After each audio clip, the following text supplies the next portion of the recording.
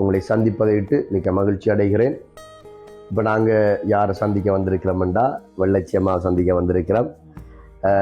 கடந்த ஒரு வருடங்களாக மாதாந்தம் அதுக்கு நாங்கள் சில உதவித்தொகையை பணத்தொகையை நாங்கள் வழங்கி வர்றோம்.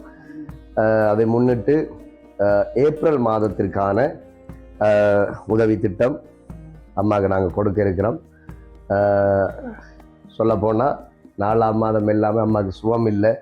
எங்கம்மா இருந்தீங்க?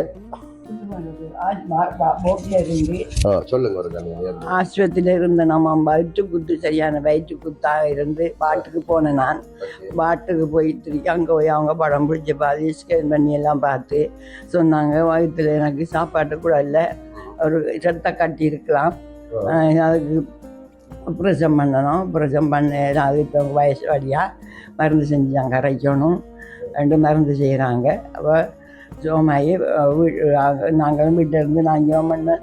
அங்கே மகளும் இங்கே வீட்டை கொண்டு போயிட்டு 7ஆம் மாதம் திருப்பி கொண்டு வாங்கன்னு திருப்பி எங்களை அனுப்ப, எனக்கு இங்கே எந்த வீட்டை தண்ணி இருக்கான்னு நம்ம கூட்டிக்கணும். எங்களோட புல்லுமல்ல தூரம் அங்கே கொண்டு வச்சிருக்கிறாங்க, வச்சு மருந்து செய்கிறாங்க.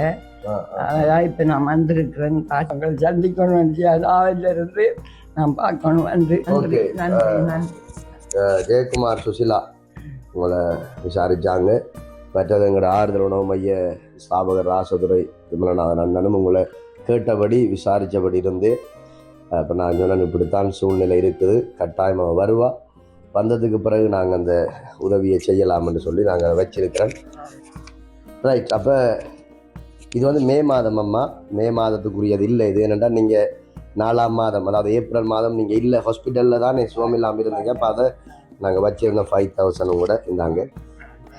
ஜெயக்குமார் சுசிலா மற்றும் ஆறுதலின் உணவு மைய ஸ்தாபகர் ராசோதரை விமலா அண்ணனுக்கு நீங்கள் உடம்பையாக நன்றி செலுத்துகிற நீங்கள் நன்றி. அதே போல் நாங்களும் கூட ஆறுதலின் உணவு மைய ஸ்தாபகர் ராசோதுரை விமலா அண்ணனுக்கும் மற்றும் சுசிலா ஜெயக்குமார் அவர்களுக்கும் வாழ்த்துக்களையும் நன்றிகளையும் தெரிவித்துக் கொள்கிறோம்.